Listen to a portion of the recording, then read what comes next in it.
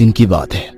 गाँव में याद रहती है कुछ खौफनाक यादें भी। विवेक को अपने बाबूजी के साथ इस समय खेत पर ही होना था, लेकिन आज खेत पर ना जाकर वो अपने कमरे में सोया हुआ था।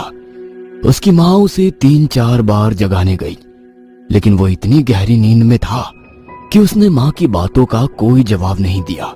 अमूमन ऐसा कभी नहीं होता था कि विवेक इतनी देर तक बिस्तर पर रहे। उसकी माँ को लगा कि क्या पता विवेक की तबीयत खराब हो, इसलिए उन्होंने उसके सिर को छुआ। विवेक का सिर लोहे की किसी गर्म छड़ की तरह था। हे भगवान, इसे तो तेज बुखार है। विवेक, विवेक बेटा, बेटा विवेक। लेकिन विवेक ने अपनी माँ की बात का कोई जवाब नहीं दिया।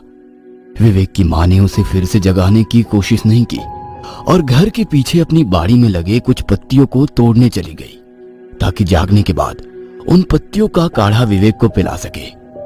गांव में अभी भी ज्यादातर लोग अपनी छोटी मोटी बीमारी को अपने घर के बाहर बाड़ी में लगे जड़ी बूटियों के पौधों से ही ठीक कर लेते हैं। विवेक की माँ ने उन पत्तियों को तोड़ा और फिर सिलबट्टे पर उसे पीसने लगी। पीसने के बाद ही उन पत्तियों को काली मिर्च के साथ पानी में उबाला जाता है, फिर रोगी को पीने के लिए दिया जाता है। बहुत ही आजमाया नुस्खा था ये। खटर खटर खटर की आवाज सिलबट्टे से आ रही थी और सिलबट्टे पर पड़ी वो पत्तियां धीरे धीरे उसकी रगड़ से पीसती चली जा रही थी। तभी विवेक की माँ के कानों में कुछ अजीब सी आवाज सुनाई दी। उन्हें ऐसा लगा कि कोई जानवर गुर्रा रहा है।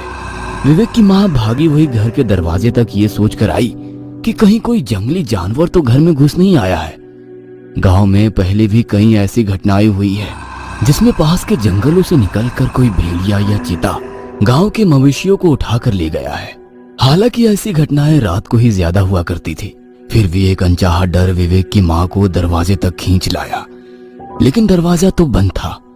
उन्होंने राहत की सांस ली और फिर सिलवट्टे की ओर बढ़ने लगी। तभी उन्हें फिर से गुर्राने की आवाज आई और ये आवाज विवेक के कमरे से आ रही थी।